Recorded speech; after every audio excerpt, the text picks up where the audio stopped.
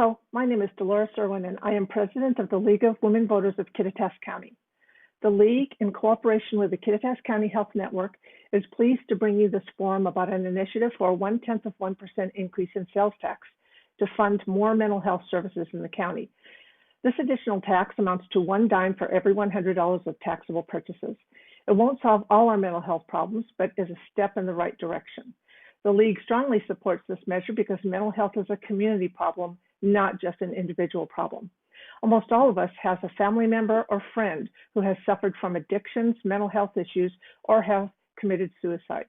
Please listen to the experts in this video and learn more about this issue. The moderator for the forum is Rich Elliott, Deputy Fire Chief of Kittitas Valley Fire and Rescue, who manages operations, training, and prevention. Operations includes EMS, which is response, transport, and community outreach.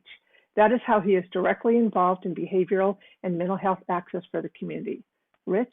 We are going to have a conversation, albeit virtual, with our audience regarding the proposed 0.1% sales tax for behavioral and mental health services in Kittitas County.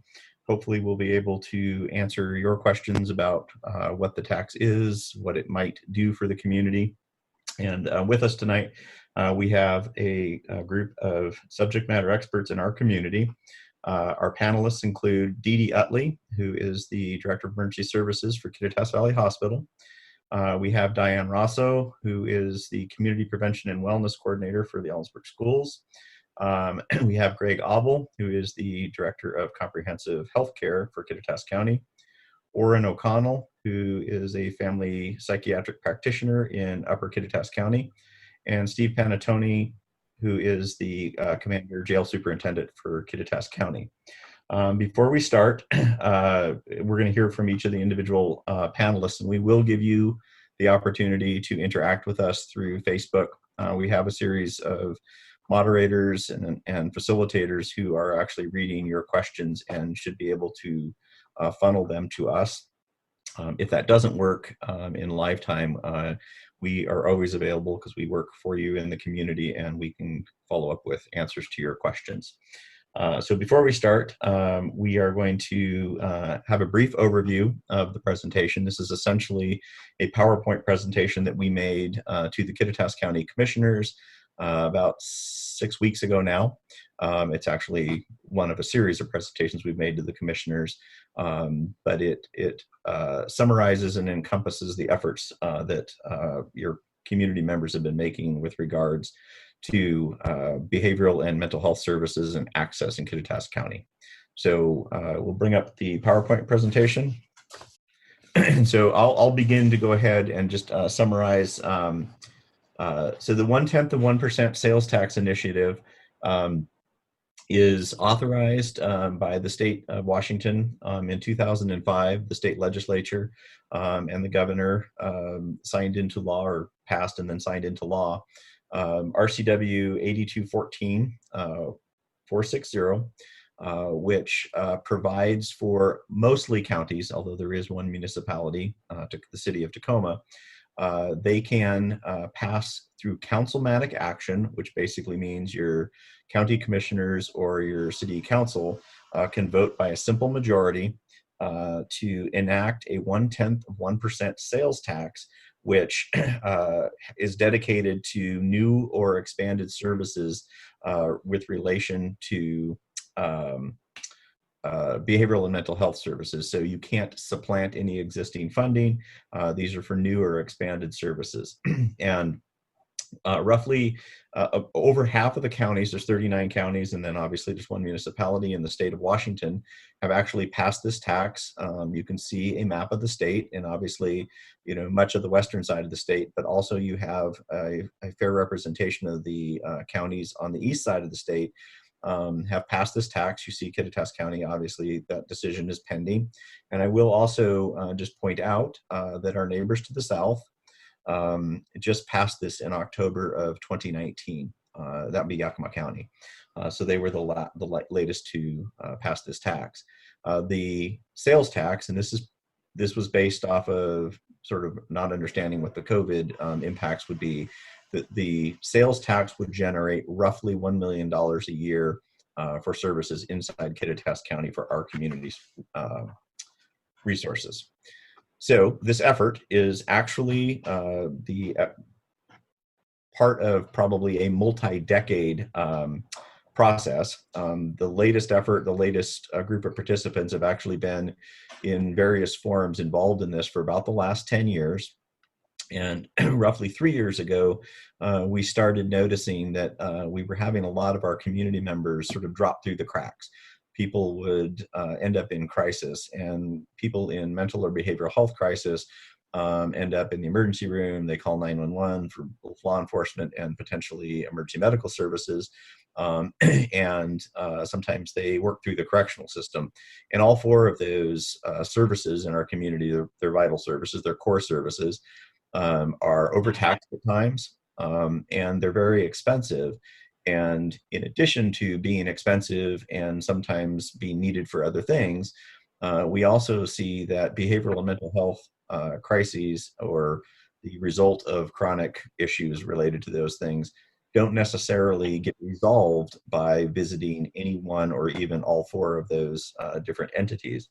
So out of this effort about 3 years ago, you had stakeholders, elected officials, schools, private citizens.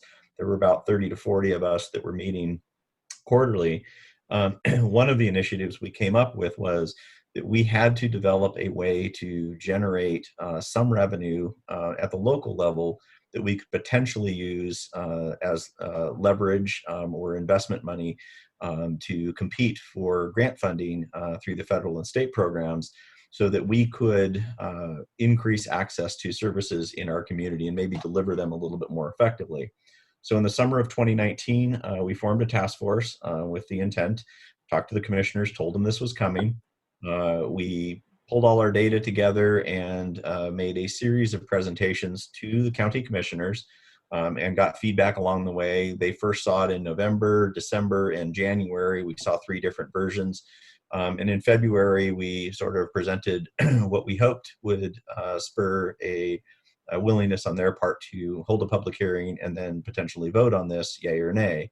The feedback we got was that they wanted some more detailed information about how we thought the money might be invested and what those outcomes would be.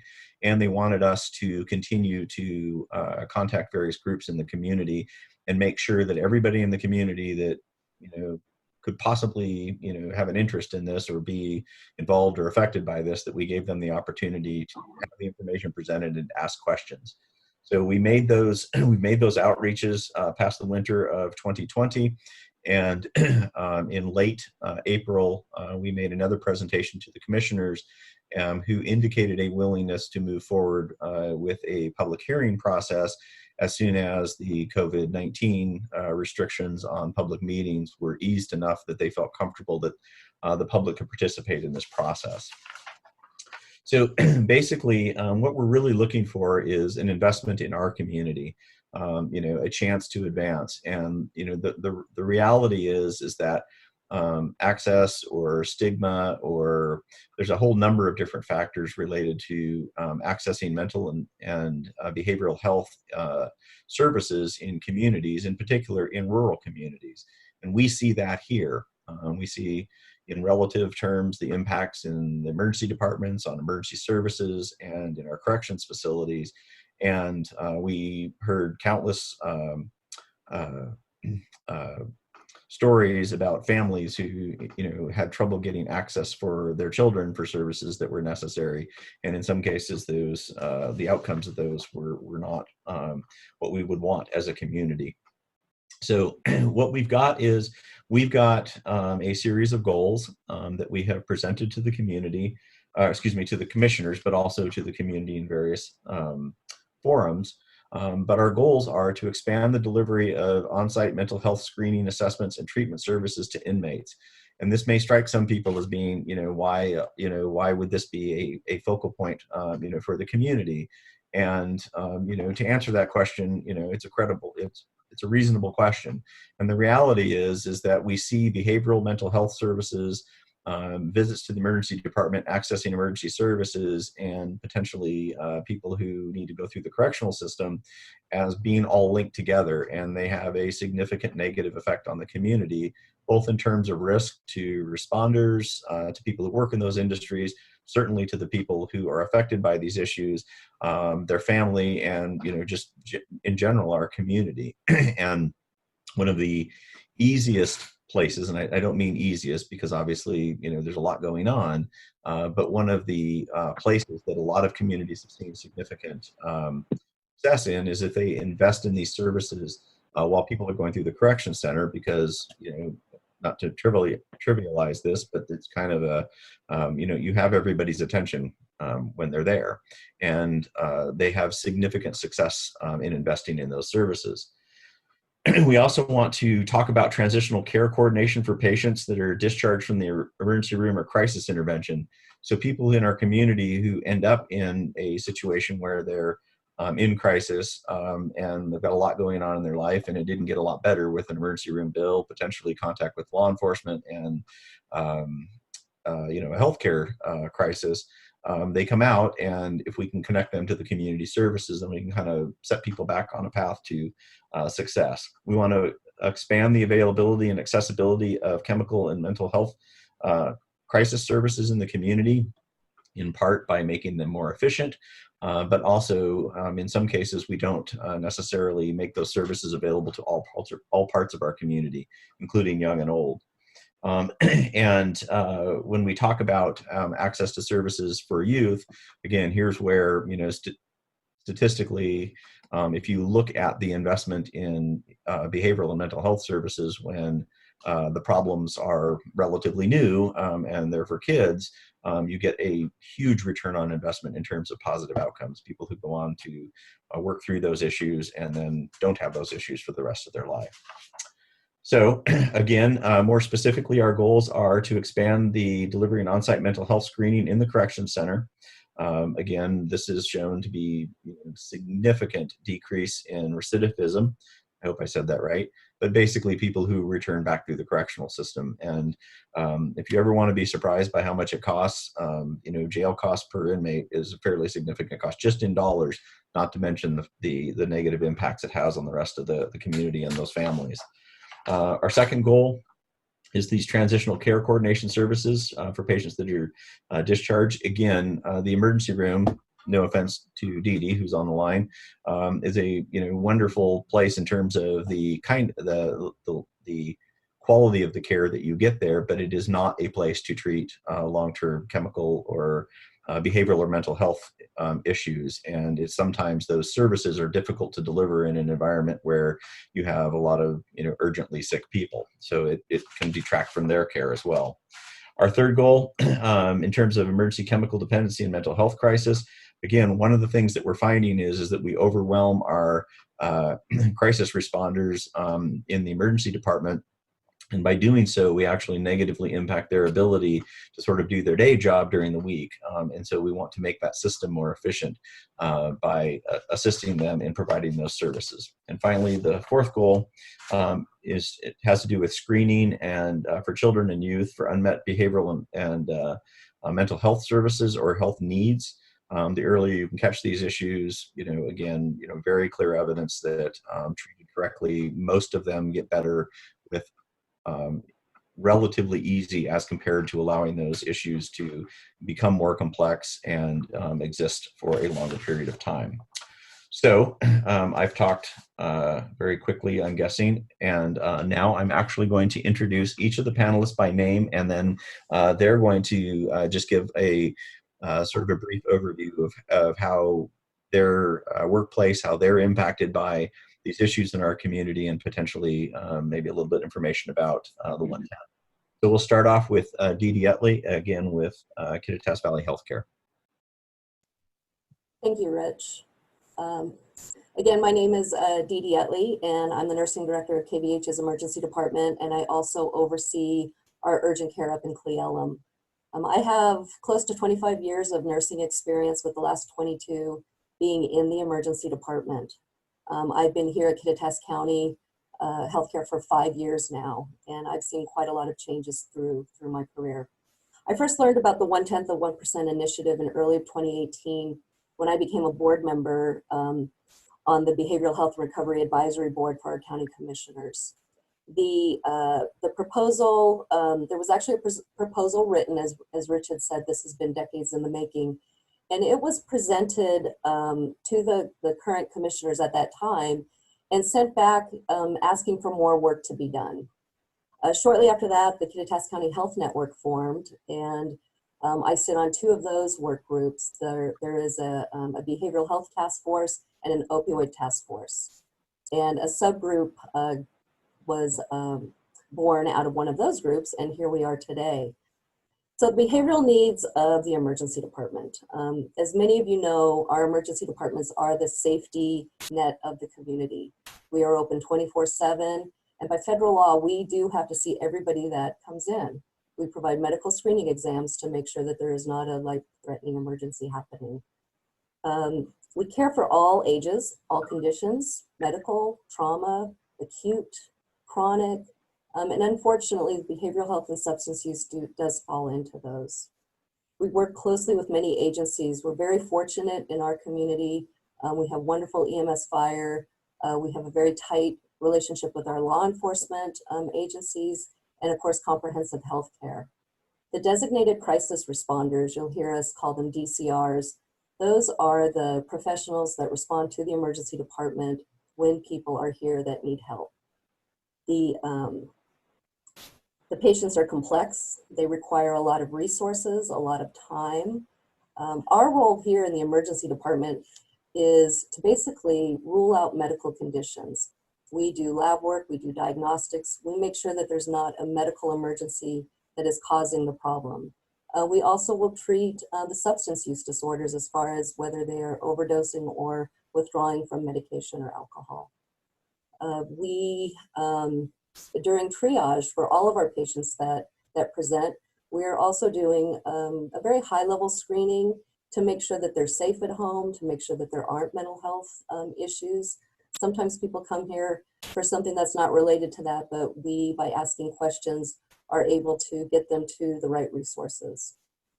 As I said, we're really fortunate to have great partners. The DCRs respond to the emergency department. Sometimes they're here before the patients actually arrive. Patients can come in, by just self-presenting. They can come in with law enforcement or through EMS. And again, I've worked in places where the DCRs are hours out, and I can tell you that we're very fortunate they walk through the door usually within 30 minutes or less. They then begin their work to decide what the final disposition will be on the patient. We are not going to do that long treatment. We're going to work with the DCRs. They're part of our care team. They many times have suggestions. They know these patients. They know what is in the best interest for them. They might work on a safety plan where they can go home and then be treated in an outpatient venue. Or unfortunately, at times, they do need further treatment in an inpatient psychiatric facility. Again, our role during that time is basically to keep the patients safe, to keep our staff safe, to keep our other patients and visitors, when they're allowed, safe. And we do know that this can be, again, very intensive. These patients can be very disruptive. Unfortunately, we do have violent events where law enforcement is required, and they are in our department for extremely long lengths of stay. So now when you throw in COVID-19, that picture has even become larger for us. We recognize that this pandemic is and will continue to affect many. The past few months have been difficult, I think, on the best of us. We have seen people that have been maintaining and doing well tip over the edge and require help and have to come in. And then the people who are already in a crisis, that crisis is even more expounded. A little bit about our department, Rich kind of touched on some of what I'm going to say. We're a 9-bed emergency department, but I would say we're not a typical ER. We have very high acuity of patients. So even when I give you a number, we don't have a lot of kind of that walking wounded in and out type of visits. Our patients are sick. So pre-COVID days, our emergency department averages about 38 to 40 patients a day. And I know that doesn't sound like a lot, but again, we do have a higher acuity than most emergency departments. We would average about 2 behavioral health or substance use patients a day. Now, not all of them require inpatient treatment and require that DCR to respond, but about 2 a day. So, and remember, I say average 2 a day, and that does not mean that they come in like every 12 hours like clockwork. There are times we will have 3 or 4 of them at once, and we might go a couple of days with none. So when COVID hit, the beginning of March, we did see our census drop a little that month. In March, our census dropped to about 33 a day. April, it dropped a little more, about 25 patients a day. And this drop was being seen across the country. I've talked to many of my peers, and everybody was reporting ED volumes, decreased by 40 to 50%. May, we jumped up to about 31 a day, and so far in June, we're actually up a little higher to 33 a day. So I can tell you our volume overall for the emergency department did drop, but what we are seeing is the patients that we are taking care of are definitely sicker. So whether they've delayed seeking care, not seeing their doctors, the whole what COVID is doing to us with the stay-at-home orders could be a part of it. But the other thing that's really important is even though our volume dropped, our behavioral health and substance use patients have not dropped. We are still averaging about 2 a day. And I can tell you that there's still it's a different feel. I think our acuities are higher. We're definitely seeing lots of substance use disorders, whether it be the overdoses or the withdrawal. And then the length of stay. So these patients, again, I said that they were very resource intensive. And, we do our medical rule out, but then they are here while that DCR is trying to find the placement or come up with the best plan for them. So our May average length of stay for our mental health, our behavioral health patients that needed inpatient treatment, so they needed to be transported to another facility for psychiatric care, the average was 11 and a half hours. We saw 23 patients in May, and the average length of stay was 11 and a half hours. And you can imagine, if you've been in an emergency department room, that's a long time with not a lot going on. Our numbers also went up. I said we had 23 patients in May that we actually did have to transfer out. In March, it was only 9, and in April, it was 11. So also just to give you kind of a time of what a normal length of stay is in an emergency department, if you are a medical or trauma patient and you're going to get to go home, we average around 2 hours. If you're going to be admitted here at our hospital, it's about 4 hours. And if you're going to be transferred to another facility for services that we can't give here, it's about 3 hours. So as you can see, 9-bed ER, a couple of patients a day, taking up a bed, taking up the resources. That is where Rich was saying, that those wait times can be impacted. So how I think that this funding, what I'm really excited about is, of course, if we can make our system stronger, our overall goal would be keep patients out of crisis, keep them out of coming to the emergency department. But I do know that that's not realistic. I also love the idea of these warm handoffs. I think having more resources in our community and having us all at the table to talk, we are all in this together. I know Community Health of Central Washington has a great program. KVH, we now have a physician and a nurse that are specializing in addiction medicine. We work closely with Merit. We work closely with CWU. You're going to hear from one of my colleagues from Upper County who is doing some wonderful work with our behavioral health patients on an outpatient basis. And then lastly, the mental health assistant. This would be a position that comprehensive healthcare could hopefully have here. They do have it in Yakima County. It's a person that would help to assist that DCR when they're here in the emergency department, doing all of the work that it takes to find a bed for a patient. Even if the patient's going to go home, there's still a lot of work that goes into the interviewing and making sure that this patient's going to be safe if we send them home, or working on trying to find a bed. We're lucky if we can find a bed as close as Yakima. We do have a good connection there. However, sometimes we are sending patients to Chehalis, Spokane, and Seattle, and occasionally even out of state. So I think that mental health assistant would be just a huge help. As I said, these patients don't come in like one at a time. They come in multiple at a time. Sometimes we're admitting them. So there is also work to be done down in our ICU that this person could be assisting the DCR with. So I want to thank you for inviting me to be a part of this forum and share a little about what we do here in the emergency department. I think we're onto something great, and I'll look forward to any questions. Thank you. Thank you, Dee Dee. Next up is Diane Rosso, who again is the Community Prevention and Wellness Coordinator for Ellensburg Schools. Diane, I think you have a presentation to work through as well.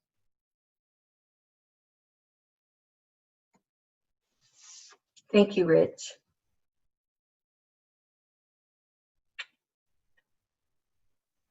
The Community Prevention and Wellness Initiative is a grant that is housed at the Ellensburg High School, and I've been under that grant for about 18 months now. The coalition that I work with is individuals from various community sectors, and together we identified risk and protective factors that surround youth by analyzing data very specific to the Kittitas County, and that was through mediums like the Healthy Youth Survey, school district data, as well as local law enforcement data. The mission of the CPWI group is to prevent and reduce substance use and other potential behaviors in the Ellensburg School District students. So major initiatives that we work on, 0.1% is one of the major initiatives.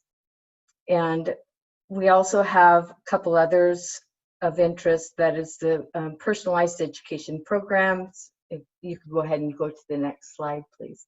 Personalized education program for students to be involved in a career choice with curricula that supports that choice, and then be tied through an internship with professionals in the community.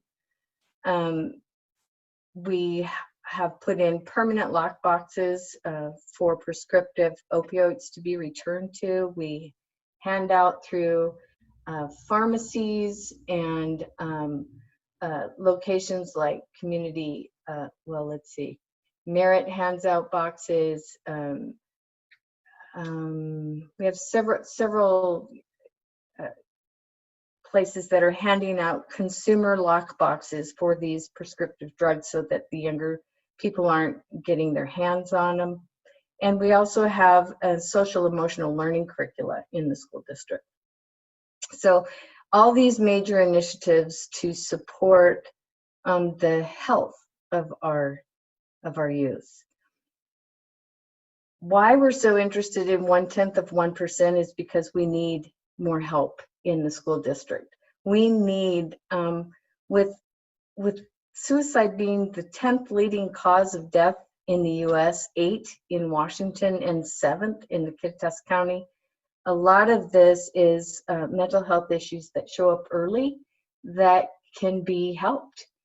Depression and anxiety are common, very common, and yet very treatable, and can occur along with substance use. So having additional support in the school district is what I'm most excited about as far as 0.1% passing, because I think we all agree that if we can catch these issues earlier down the line, they may not end up in the ED. They may not end up with law enforcement. They may be able to get the positive reinforcement and support they need to not enter the system. So increasing the mental health professionals in K through 12, identify earlier on with student assessments, providing them with individual and group counseling opportunities, and group therapies as well during school hours would be a major help to these students. that for me is the nutshell of why I stay so involved and so focused on this. Is I'm passionate for the kids. We work hard to engage them in education that is of interest to them, tie them to the community. We're striving to have our youth be positive members of our community. Thank you so much for having me here tonight. Okay, thank you, Diane. Just to acknowledge, we're starting to get some questions coming through the chat line, and we very much want you to continue to put those questions. We do have time at the end of our presentations to go over them. We've gotten a question about the current system and its effectiveness, and then also about crisis lines. So acknowledging we're getting the questions, we are tracking those, and we will answer those at the end of the presentations. So thank you for engaging. Next up is Greg Abel, who again is the director at Comprehensive Healthcare. And Greg was a little bit challenged on his Zoom technology, so we'll see how this works. Well, thank you, Rich. Hopefully everybody can hear me. I am the director of Comprehensive Healthcare here in Kittitas County, as Rich mentioned. I've worked in behavioral health care for Comprehensive in this county for 33 years. Many people, I think, in our community may not be aware of the services provided through Comprehensive that residents of our county are able to access and benefit from. We operate two 16-bed inpatient units in Yakima for adult psychiatric patients. We also have an inpatient children's unit. We operate here in Kittitas County 15 apartment units. We have an office up in Cle Elum, as well as an office here in Ellensburg. We operate a day support program. Most significantly, in terms of the 1/10 proposal, is our interaction with law enforcement and the emergency room. We have, well, first responders in general. We have a great deal of contact with the emergency room, our first responders, and the various law enforcement agencies throughout the county. I'd like to give everyone some statistics just to demonstrate the behavioral health need in our community. In the first 5 months of this year, there were 332 evaluations conducted by DCRs in this county. 240 of those occurred at the Kittitas Valley Hospital emergency room. That's 72%. So most of the time we end up at the emergency room. And as Dee Dee said, those contacts end up dragging on for a long time. So why is that? Why would it take so long to evaluate somebody and get them to the resources they need? Sometimes that includes transfer to an inpatient psychiatric hospital. Many times that includes developing a safety plan. The issue is that we have one DCR on call in our county at any given time. It's not uncommon for a DCR to be evaluating somebody at the request of the Washington State Patrol at the top of Snoqualmie Pass. And then the emergency room contacts us and says, we've got somebody to come, for you to come and evaluate. It's obviously going to take us time to get down there, and we have to try to wrap up what's going on with wherever we happen to be, whether that's Vantage, whether that's the top of Blewett Pass, whether that's Snoqualmie Pass. And believe me, while I'm not actively working as a DCR right now, I, for many, many years, took call as a DCR, and I'm very familiar with being up in Cle Elum in the middle of the night and then getting a call from the emergency room asking me to come down there or down to Ellensburg and evaluate a person in the emergency room. So to Dee Dee's point about mental health assistants, if we have mental health assistants that are working in the emergency room, they can begin that process while the DCR is trying to get to the emergency room. Or when we have multiple people in the emergency room, and that is also not uncommon at all. In fact, it's very common for us to have several people in the emergency room at any given time. The mental health assistant can be making the necessary contacts and assisting the DCR to reduce those long lengths of stay. One of the things that happens when we have a long length of stay like that is that, I don't know about any of you who may have been in an emergency room before as a patient, but if you're there for a long time, your stress level may start to go up.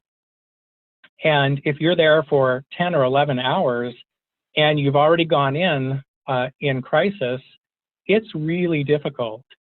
And so the emergency room staff do their best, and they actually do an excellent job trying to help manage these situations.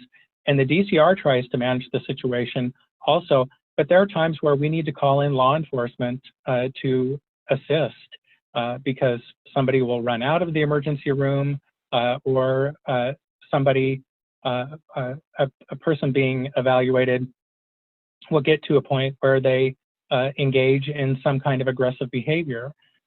And as Dee Dee mentioned, law enforcement can then be tied up in the emergency room, and sometimes more than one officer can be tied up in the emergency room for several hours at a time.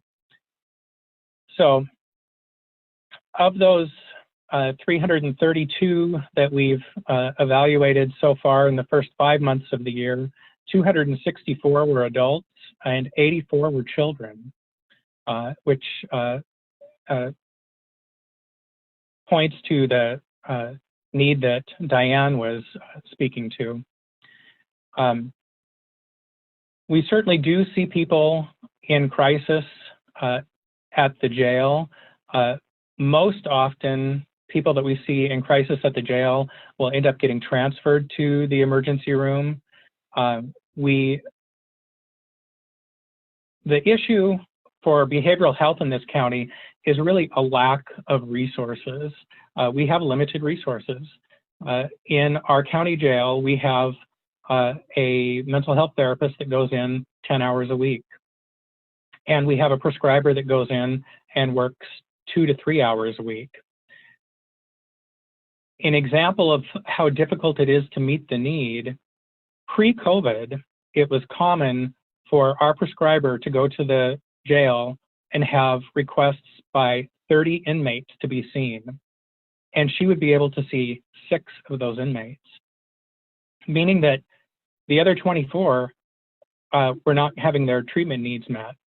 Currently, COVID has decreased the number of people in the jail, but even with that decreased number of inmates in the jail, we still have a resource problem. It's regular now for our prescriber to see 6 inmates, review 6 other inmate charts, and then have at least 6 inmates that have submitted requests and cannot be seen. And when we're not able to provide the care to people in the jail, it puts the jail staff at risk. It increases the chance that once that person who didn't receive the treatment that should have been started for them, once they leave the jail, the chance is pretty significant that they're going to end up back in the jail. We have good evidence from other communities that shows that when we have these services in place, recidivism at jails decreases significantly. We also know that wait times or lengths of stay in emergency departments decrease when we have additional personnel to assist. And the cost to the residents of our county, when we have somebody, when we have 2 or 3 people that are in the emergency department for many hours at a time, is that just due to capacity, there may be people that present at the emergency room and have to be transferred to another facility out of our community because we don't have the availability to provide that treatment. So it's really in our interest as a community to be getting people to the treatment they need as soon as we possibly can. I would also mention that there is a measurement mechanism in place for this. The county commissioners have rightfully asked that there be evidence shown for the effectiveness of what we would do with this money. And the treatments or the programs that we're proposing are evidence-based. And so what do I mean by evidence-based? It means that we have data and evidence that has been gathered to show that these programs are effective. We are very fortunate living in a rural county in that comprehensive healthcare staff are trained much higher than the national average, in fact, very significantly higher than the national average in the provision of evidence-based treatments. We work with the University of Washington Department of Psychiatry, and we've also worked with Harvard University psychologists in becoming proficient in these treatments and effective in helping people recover from their behavioral health issues, and then be able to return into the community, be productive, and be able to contribute in a broad range of ways to the life and success of our community. So that is what I have to add. I look forward to responding to any questions that we have at the end of the presentation. Okay, thank you, Greg. And just to acknowledge, we are still getting really good questions. Another one came up about timeline, so we're getting these questions, and we'll get to them shortly. The next panelist is Oren O'Connell, who represents a bit of a success for our community. We were able to convince him to come and work in our county as a family psychiatric provider. So, Oren, did you have a presentation? Hey, good evening, everyone. First off, let me know if you can't hear me okay. I'm connected via my phone. Should be all right. So I want to share a little bit as a family psychiatric mental health nurse practitioner, but I also want to share as a citizen and try to keep this as practical as possible. I'm just going to be talking for 5 to 7 minutes and giving you my thoughts on this proposal. I work with Kittitas Valley Healthcare since 2017 up in Cle Elum. We're building a collaborative care model where I'm the psychiatric consultant supporting the primary care providers, and we also have a behavioral health care manager who is a social worker. So that program is in the infant stages and getting up and running, and I think it's going to be a huge asset to our community. Additionally, I've been employed with comprehensive health care actually since 2009. I started out in the trenches as a mental health worker, eventually got my RN, then my doctorate as a psychiatric nurse practitioner, but I still work for comprehensive in Yakima, occasionally on weekends in the inpatient units, and I worked with Greg before, had that honor. I filled in for Jamie when she was on maternity leave. I think that was in 2017. I actually covered at the jail as well. So I've had a broad experience of our county. And what I can say is I feel very strongly that we're doing some good things, yet people are still falling through the cracks. Families are falling through the cracks and they're feeling those effects. And our DCRs are very effective at intervening in a crisis. Now, the issue is there's a gray zone there because there's a specific state, there's specific state laws that those DCRs are limited by on how they can help someone. And, that's a matter of civil rights. And so there's this gray area when somebody isn't detainable or, say they are a frequent presenter to the ED and we have challenges, there is a lack of resources. So when we say a lack of resources, I really feel that we have a lack of care coordination.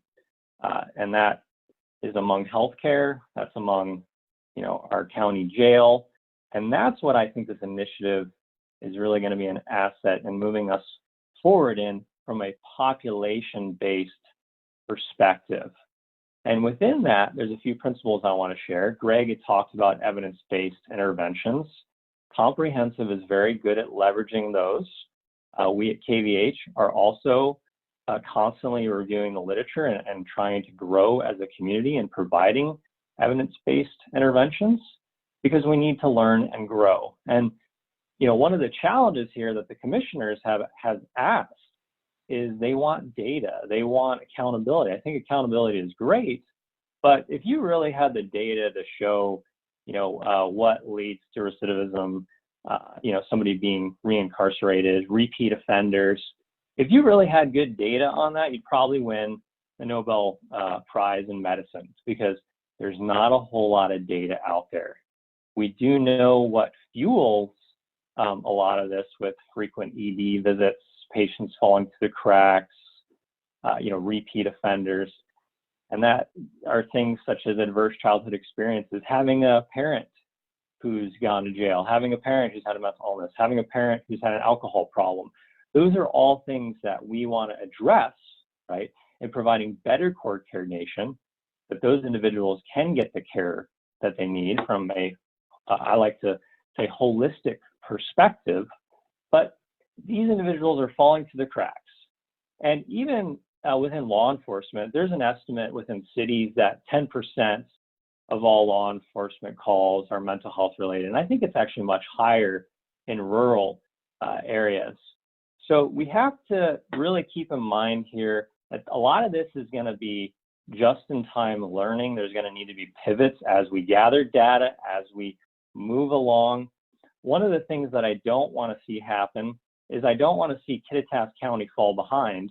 The initiative was passed in Yakima, passed in King County, and one of the things you're actually starting to see, because we were just in a hiring process for a behavioral healthcare manager, is you are seeing counties and the state leveraging money and funds, and we have a limited professional pool. So the longer we wait on this, the harder it's going to be to get individuals in key positions where we need care coordinators, or we need additional counselors. So we need to move on this fast. I don't know the exact timeline, but something else I can share that I've been following is COVID has complicated everything. And right now we've seen a drop, across healthcare. My numbers have actually picked up quite a bit, but we have seen a drop within the ED, within primary care, because people are staying home and they are putting off getting medical care. But one of the things we know from quarantines, and we have this from studies in 2003, 2004 from SARS, is that about 6 months to a year later, we see a big swarm in the mental health system, because actually after quarantines, depression cases rise and PTSD.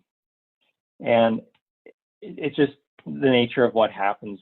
We don't know what trauma may or may not be happening, with kids who are, in tough families who don't have that respite at school, who don't have that outlet. So, I speak to this issue as a concerned citizen, and my chief ambition and frustration as a psychiatric provider in our community is that there is a lack of care coordination. And that's not just within Kittitas County. This is a national issue. And it, stems from, first responders deal with this, to comprehensive with community mental health. So that is my main ambition as far as, being an advocate for families and patients and ensuring that people do not fall through the cracks. Thank you, Oren. Just as a reminder, we're still getting questions coming in, and any questions that we don't get answered on air before 8 o'clock this evening will be answered on the Facebook page. So we will get answers to all of your questions. Our last panelist is Steve Panatoni. So Steve. Good evening. How are we doing?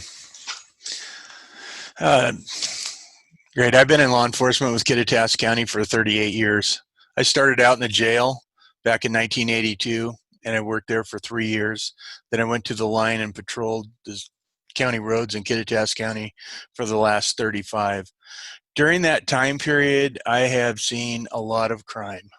I've seen a lot of domestic violence. I've seen property crimes. I've seen assaults. I've seen child abuse. I've seen a lot. And a lot of those crimes have been affected by substance abuse or mental health.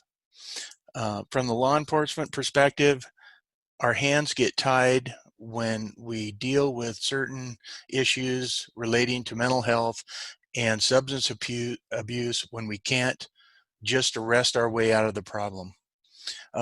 Just a couple examples of that. We have people that have a substance abuse problem. They've been involved in multiple domestic violences. We respond out there. One day, the wife may be the victim. A week later, maybe the husband is now the victim, but it's not because she did something wrong. It's simply because that she got the upper hand on him that one time. It puts law enforcement in a predicament of who goes to jail. How do we fix these people? You take somebody to jail. You cannot fix mental health when you stick somebody in a concrete box. Like Greg said earlier, you take them to the ER and they stay in there for 3 hours and it raises their stress level. Imagine what's happening at the jail. And this affects the kids. This affects how they perform at school. This affects their friendship with other kids. This affects your neighborhood. This affects your parents. This is a big deal. Anyway, so during that time, I've seen a lot on the street. 2 years ago, I was given the opportunity to run the jail, come in, provide some leadership. One of the first questions I asked was, what are we not doing that we could be doing? And just looking at, what's going on in the state, the substance abuse, there's drugs that meth, marijuana, heroin, all over the years. Now we're into fentanyl, kind of a fad deal. But what are we doing for these people? I mean, we've been in the law enforcement business for forever. We've been in the corrections business forever. We've been in the medical business forever. If we want a different outcome, we got to do something different. It's just simple like that. So we examined, what our programming was. What can we do to either lower our barriers or take a different look at how things are working here? What services can we provide? What services are we providing that are actually making an impact to the community? So we fully fund as much as we can afford and as much as comprehensive mental health can supply in Kittitas County to get our folks in here the counseling they need, get them on the right track, and provide those services that sometimes they're just not able to focus on when they're out in the real world with the actual stressors of the real world. Same thing with the substance abuse thing. When folks come in here, they need to be detoxed with the medically assisted treatment that we have employed with the help of KVH and community health. We're able to lessen the effects of that detox in our facility. It makes it safer for our employees. It makes a lot better experience for the individual going through it. It reduces the effects of having to take somebody to the emergency room all the time, and it saves resources from the EMS coming to the jail to pick the guy up and take him down there. So we're doing some things right. When we start talking about substance abuse, this is all voluntary. I saw a question on the forum there that says, forced treatment, so on and so forth. We don't force anybody to do anything, but we certainly make it available. that if they want to talk and they want to hand up, we are here to help them out.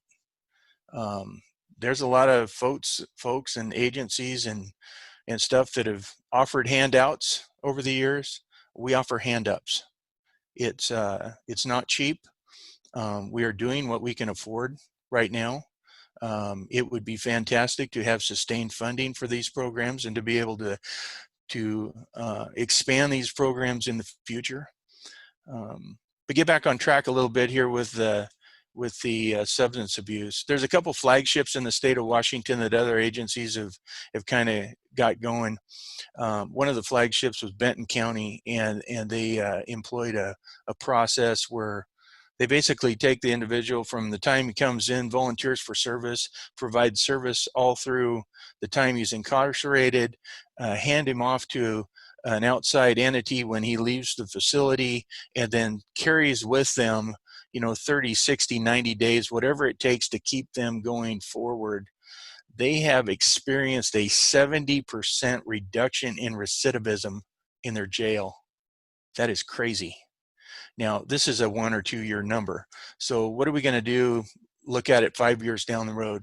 Snohomish County, some of the folks on the coast over there, again, flagship stuff, 1,302 individuals involved in their program, 6% came back to jail.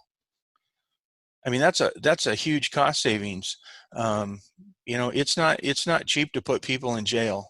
And you think, oh, geez, it costs $63 a day to throw somebody in jail.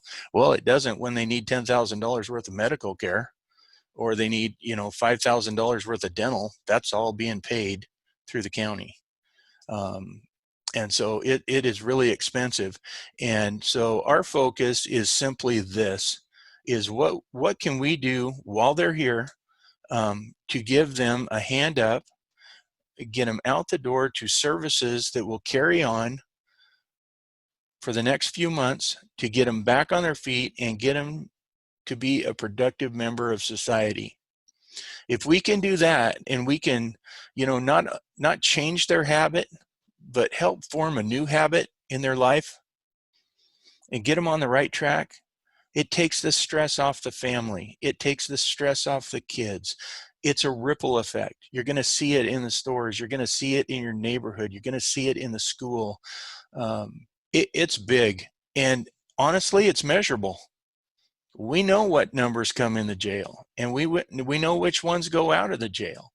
And so it's something that we can look at, tweak, but it's very exciting to be able to be a part of something that we can build and build for the community. This isn't a selfish thing. This just involves everybody that we're talking about that lives here in Washington State, not only Kittitas County, but Washington State.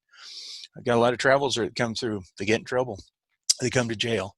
What are we going to do? Well, let's give them those same services. Let's give them the ability to better themselves. So when they leave here, we can connect them with their services in Pierce County. And we do not give them the break in time from the day they exit the jail until they have time to think about things and go down the wrong path. The mortality rate of somebody that is on substance abuse, and if they're going to die, it's going to be within 14 days after they get out of jail, because they knew they took this much product when they went into jail and it treated them fine. They get out of jail, they're clean, they go back to the same amount of the product, boom, they die. So there's a lot of evidence-based stuff. We're not making this stuff up. It's working. It's just getting the opportunity to get the resources in place, get this well-funded, get sustained funding for it. And once this machine is built, like I said, it was meth, then heroin, then fentanyl. I don't know what it's going to be tomorrow or 2 days down or 2 years from now. We do know that these drugs clearly have an effect on the mental ability of people. And so whether it's just a substance abuse thing, we're seeing more and more dual diagnosis. And that's what your comprehensive mental folks can talk about here. But this isn't a fix, a 60-day fix. These folks need help for 2 years to reprogram their brain and to get back on track. But we've got to do something different than we're doing today. If we don't, we're just going to be in the same spot, doing the same thing, arresting the same people every week, bringing them to jail, not fixing anything. And I am very passionate about this. And frankly, feel free to call me at any time. I'll certainly answer what questions we got. But we're here. The building is here. We're going to be in the corrections business for a long time. Let's make the most of it. Let's get folks in our community back on the right track. Let's make better neighbors. So thanks, Rich. Thank you, Steve. So I wanted to catch up with the questions that we've had. We do have time to answer those. There was an item on my agenda that was to talk about sort of where this money is going to go, and a couple of the questions that have come across the chat board have had to do with funding. And so just to talk about the distribution of funds, if this tax is passed, they would begin collecting money in late 2020, and the pool of money probably wouldn't be available towards the end of 2020 or the start of 2021.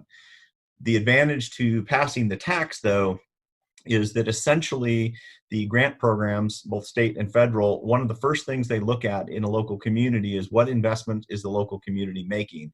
And we are at a profound disadvantage for matching funds. I mean, granted, this money is our communities. We send it out to the state, we send it out to the federal government. We're trying to get some of that money back to reinvest in the community.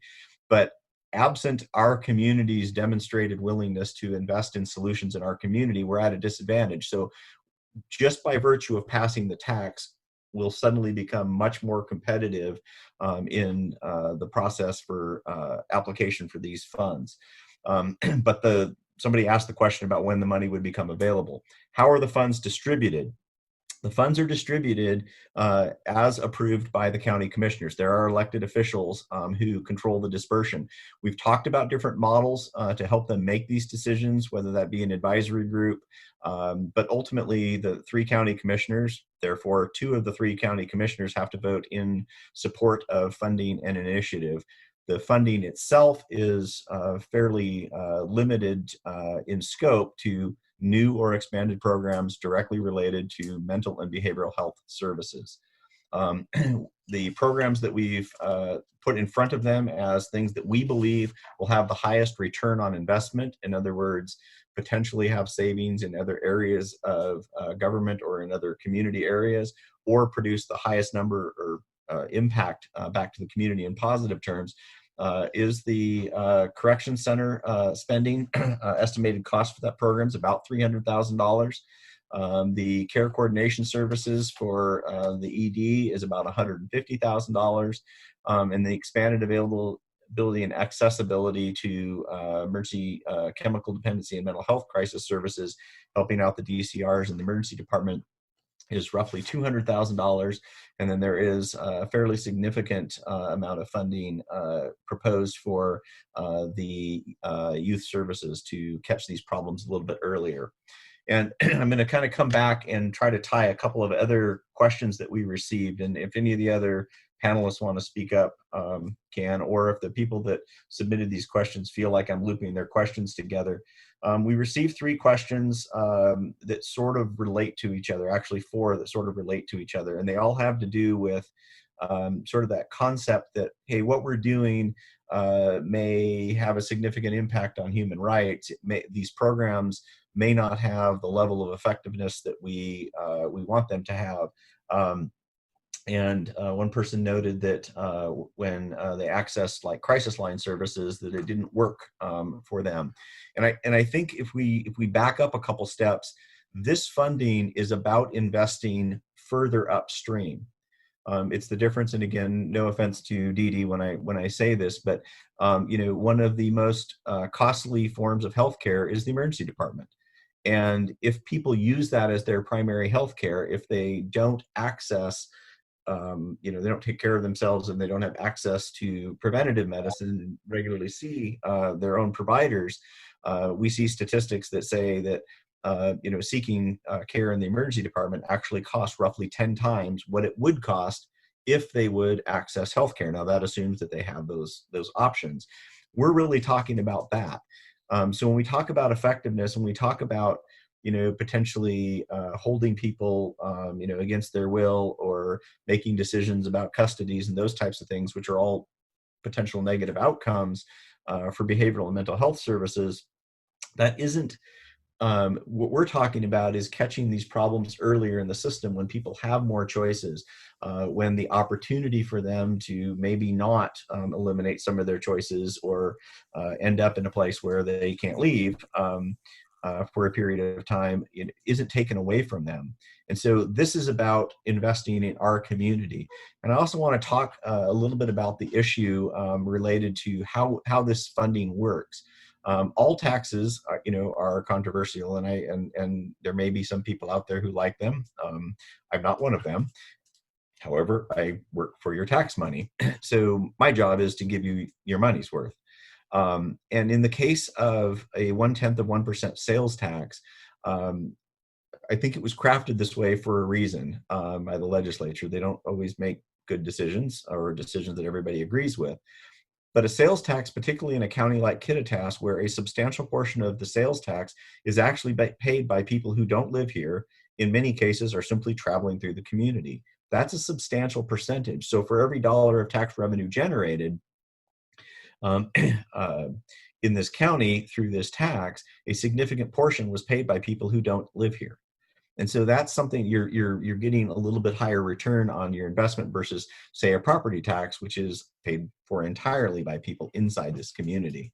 So again, we still have about a little more than 15 minutes, and I did see a question about timeline, and had to do with schools. And so, Diane, I don't know if you want to unmute, but it had to basically, the question was basically, hey, the impacts of school closures and the disruptions to the education system as we come back online, the funding's not necessarily going to be there, and what are, sort of what's the outcomes? I don't know if I'm stating that well enough, but I don't know if you can answer that.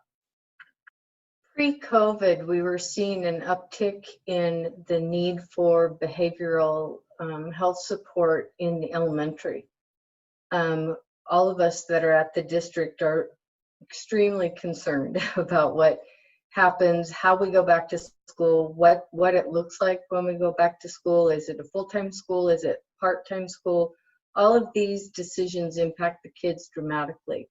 But everyone is anxious about the need for them to get back into a normal environment away from their home environment. If we can do that, right? If we can do that safely, of course. And I think your question is, when will the money make an impact? Is that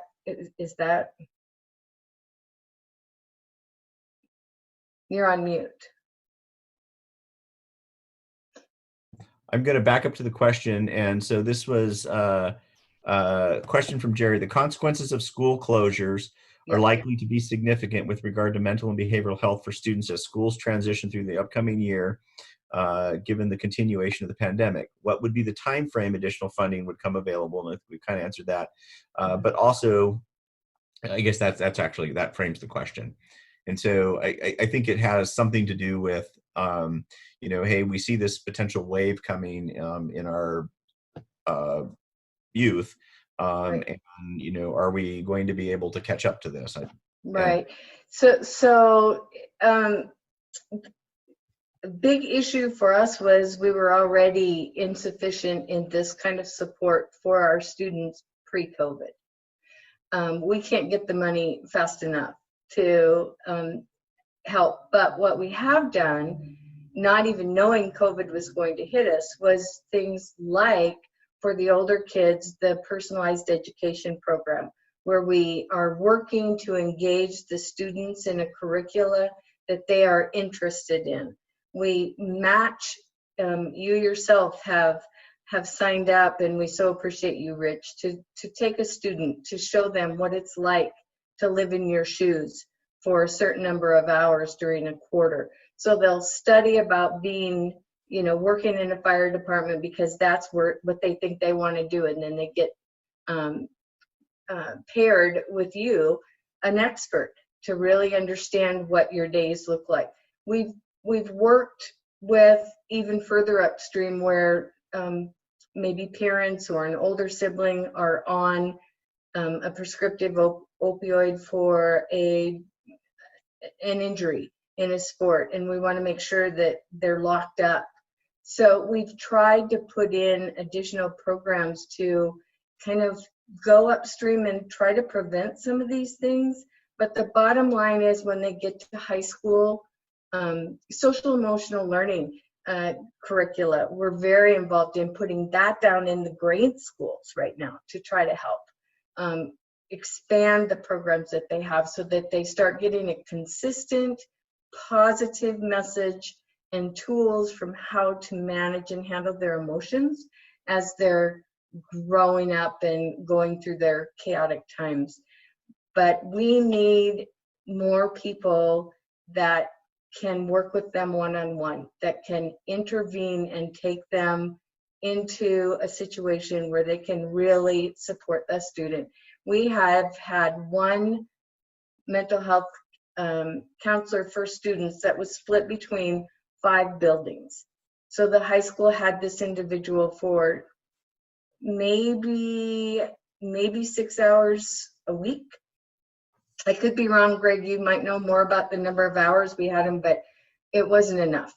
And again, with this uptick in the elementary school, it's got us all concerned about that. So we need more errands on the ground to help us out with students at that boiling point, right at that time of need.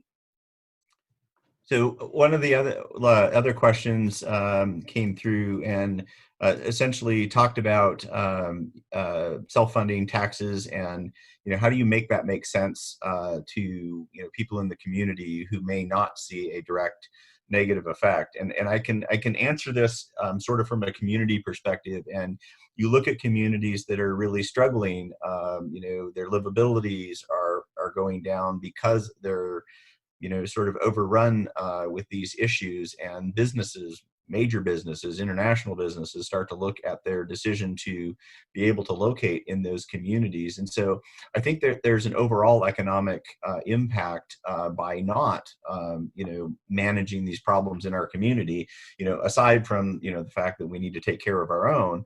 But the big piece here is that one of the groups that we presented to was the Kittitas County Chamber. That's business community. It's not all businesses, but many of the business community. And we have a unanimous recommendation to support this from the very businesses who have to charge a sales tax on their services and their goods. And that's telling because I think they recognize, the negative impacts that potentially have mental and behavioral health, both on their employees, their customers, and other community members. It impacts their ability to do business, and they're obviously invested in this community. Just a quick statistic, and then I'll move on to the next question and a quick story. Just so you guys understand this, EMS and fire, this is Kittitas Valley Fire and Rescue. We do about 2/3 of the county geographically for EMS response.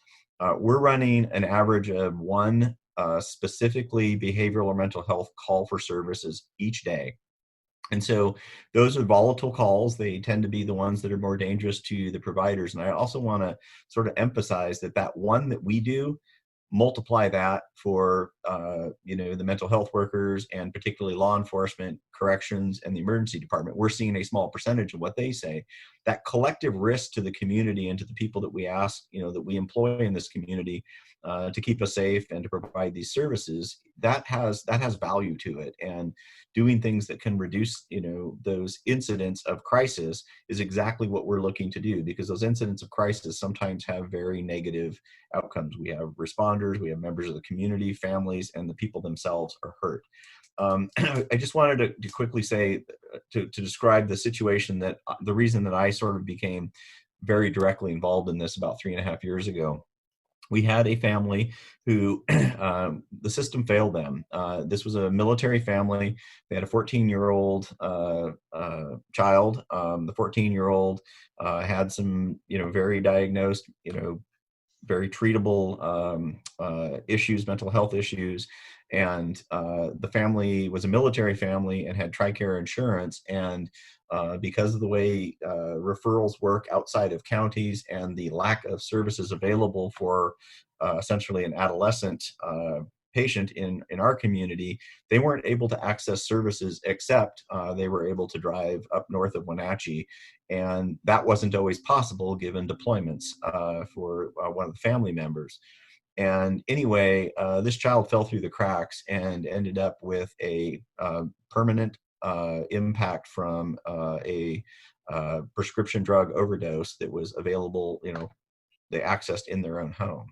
And talked to the parents, and they were passionate about this. And we can't, this is a military family. They had insurance. They were trying to do all the right things, all of those things, that you can kind of tick away and say, these are people that are doing everything that they're supposed to do. And we couldn't help them help themselves, and, with permanent consequences. And to me, I find that unacceptable.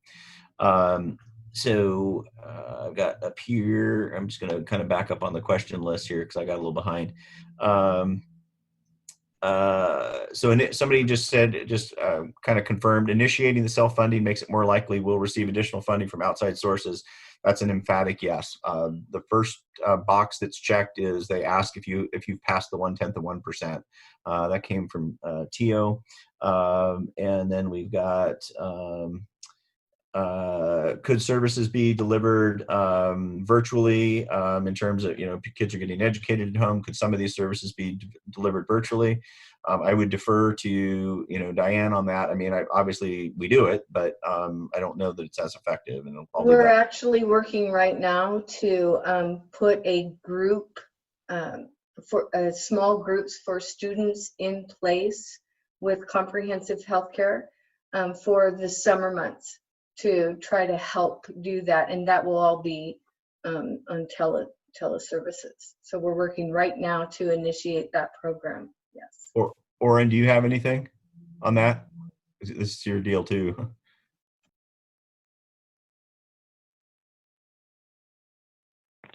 Excuse me, I operate within KVH. So I've gone primarily to virtual meetings. So, we're doing it.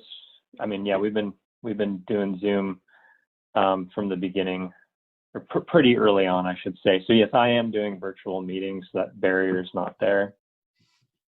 Directly, with the schools, my process is a little bit more unique because somebody has to go through their primary care provider first, and then they get a referral to me.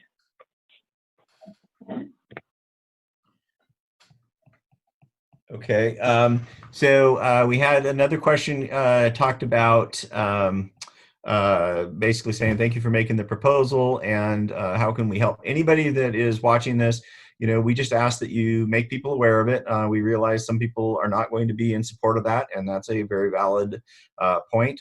Whatever your opinion of this presentation or things that we could do to make this better, we would like to hear about it, but also I believe the 3 county commissioners should hear about it. Even if that's, that you don't support this, we want, we want the commissioners to have heard from the community in a way that tells them that, the community knows about this and here's what their opinion is, here's how they'd like them to vote. Additional question here talks about programs that we could support locally that are designed specifically for youth and adolescents who are struggling with drug abuse or at higher risk. And it ties into what Steve said, but I'm thinking this is really, Diane and Oren again, and maybe Greg, maybe Dee Dee's aware of it. So we're talking specifically about programs for sort of diversion or avoiding drug abuse and drug use with younger people. So working with Youth Services of Kittitas County, trying to get some programs going. They've already started planning once a month outings for groups of students that are drug-free outings. For the school district, we're working with them to have leadership groups that are tied to the personalized education program. And they have other initiatives that they're working on as well. So I think us being very coordinated with the youth services is going to be helpful. The other thing I'd like to say is the grant that I worked under, the Community Prevention and Wellness Initiative, is always, we are trying to work upstream to help prevent the, this use. They're the ones that suggested heavily that I get involved in 0.1%. So this goes back to the question about will we get additional funding? And you said adamantly yes. I second that, because being part of CPWI and helping to get this 0.1% through helps ensure that we get additional CPWI funding in the future, and it makes much more available additional federal grants and state grants for us.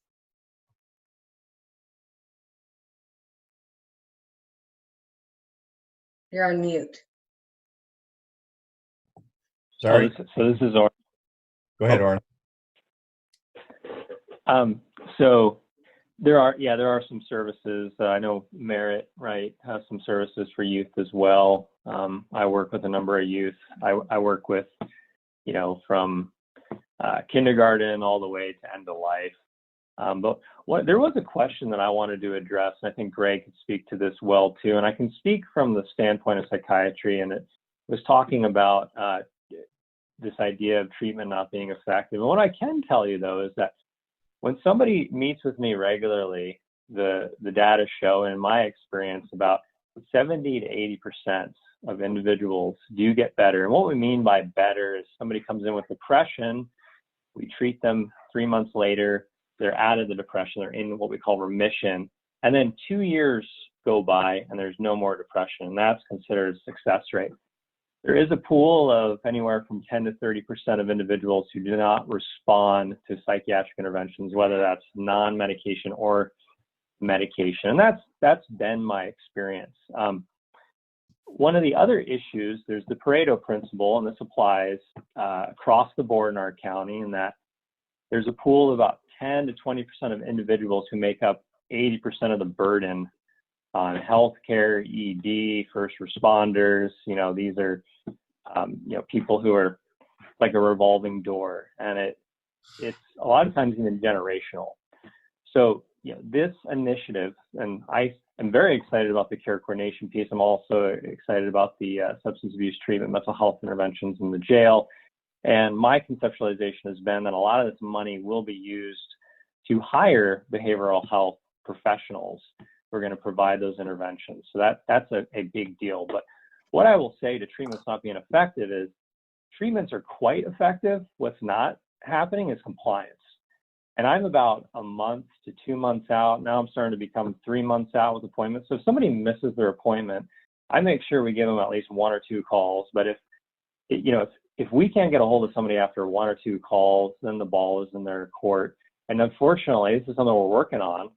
People do fall through the cracks, and it's an issue. And we, unfortunately, there are, I know Comprehensive has policies in place, and they try to be very lenient about this. But if you no-show half a dozen times, you're going to get discharged from services. But what we need is somebody who can be more proactive and saying, hey, what's the barrier here? What's going on? How can we get you into counseling, when you're discharged from the ED or from jail? How can I help you? We want to build that therapeutic alliance, because when that therapeutic alliance exists, interventions are actually quite effective. Okay. All right. So we're coming up on 8 o'clock, and I just wanted to answer a couple quick questions and just remind people our understanding is the timeline is the county commissioners are going to entertain a public hearing. Hopefully the county will move into phase 3, and that will be at least partially in person in the first part of July. And our hope is that the county commissioners will, as a result of that public hearing and all of the input they've got, that they will choose to hold a vote and have that finished by the end of July.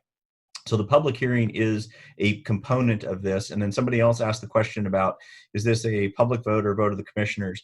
The way the law is structured, it is intended to be a vote of the commissioners or a councilmatic action, and but they do have the option to refer it back to the community for an advisory vote, with obviously a cost and no guarantee that they would necessarily do what the public says or not says. And I don't know what they will do with that decision. That's a decision they're making. But as it stands right now, we sort of optimistically hope for a public hearing in the first part of July that will be well advertised. We've come up on, is your plan to recruit mental health professionals? Absolutely, there is a massive shortage in the county. Mental health professionals would be part of the outcome of the pool of money. So we've come up on 8 o'clock, which means I guess the recording stops and the link to Facebook stops. We will still continue to take questions through Facebook, and we will get them answered. All 5 of the panelists here are, including and the 6th myself, we're 100%. We may not answer the phone the first time because we may be doing other work, but we're available to answer questions. We work for you. We work for this community. We're heavily invested. So if you have questions, you can contact us either through the League of Women Voters, who I'd like to thank for hosting this forum. And obviously you can contact us directly through the agencies that we work for.